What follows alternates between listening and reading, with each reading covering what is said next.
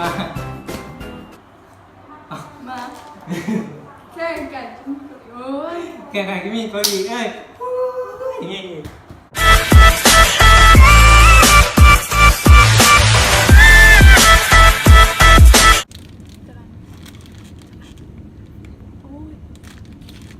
เอาสักอัน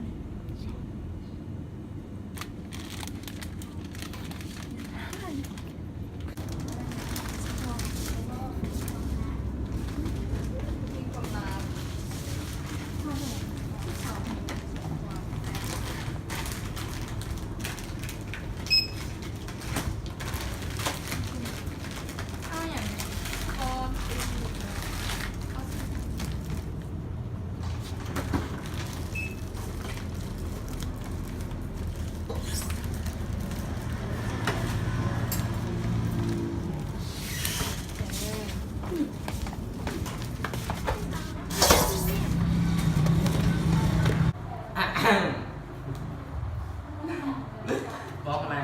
ตกน้ำ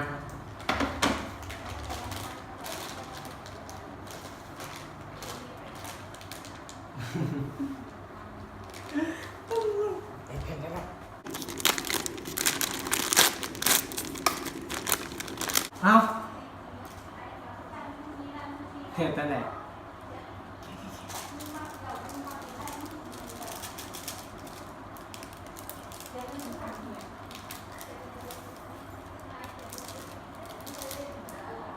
ปั่นขี้ขี้จิบคอขี้จิบคอ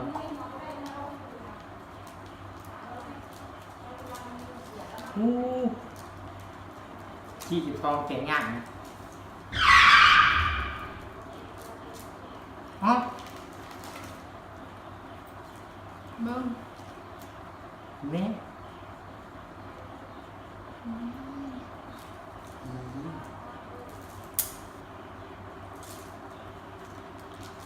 มีน้ำแค่เด็กทีเลยมั้ยพร้อมกัน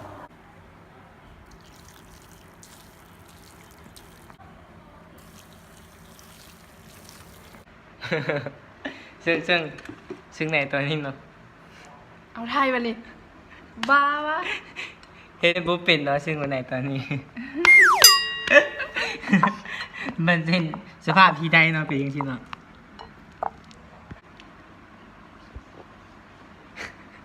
เลยเดี๋ยวต้มเสียหม้อ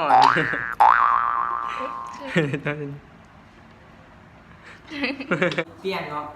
กินนกไก่ไม่กินเปลี่ยนจากการแข่งมากินนกไก่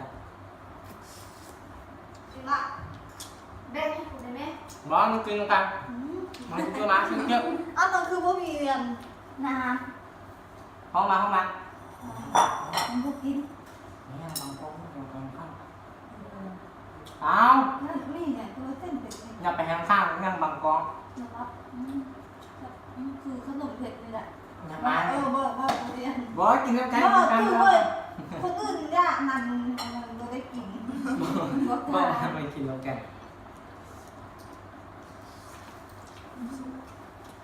พวกอันนี้แหละที่กินแล้วอันนี้ว่าวันกินก็นี่ก็มืดไม่ให้บุเป็นเนาะมันตดแกล้งกันเพราะว่าในหนังที่กินแล้วตดแกล้งกัน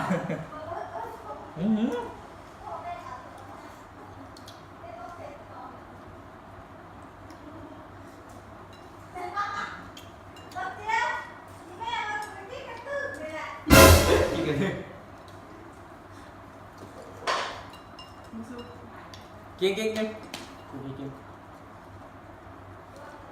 พวกมันไปเดี๋ยวความจะข้าวเปล่า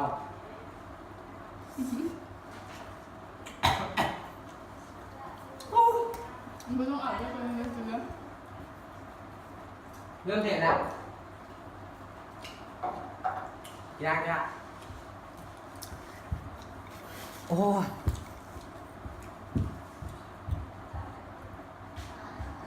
ไว้เลย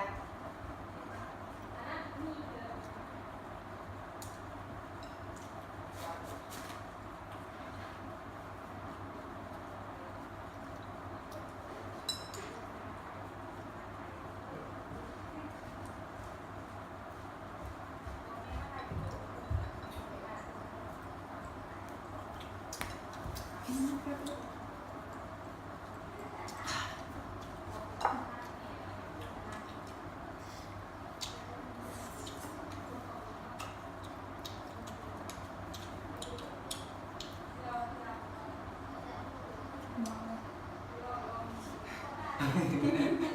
เค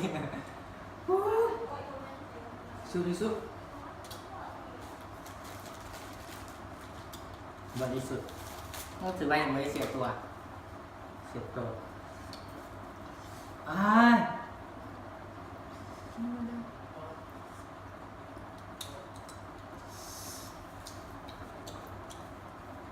แต่น้องเป็นกระโปรงปิดเพราะกินน้ำจนหมด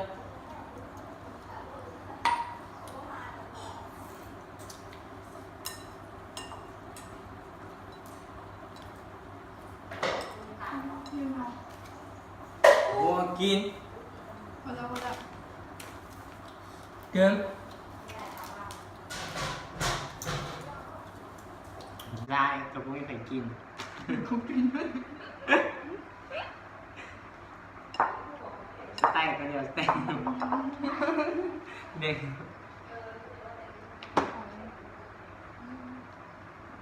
ที่ทำมาลงเลย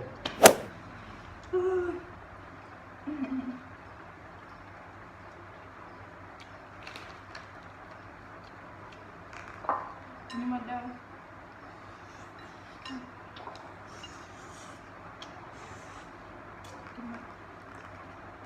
ทำเลยทำเลย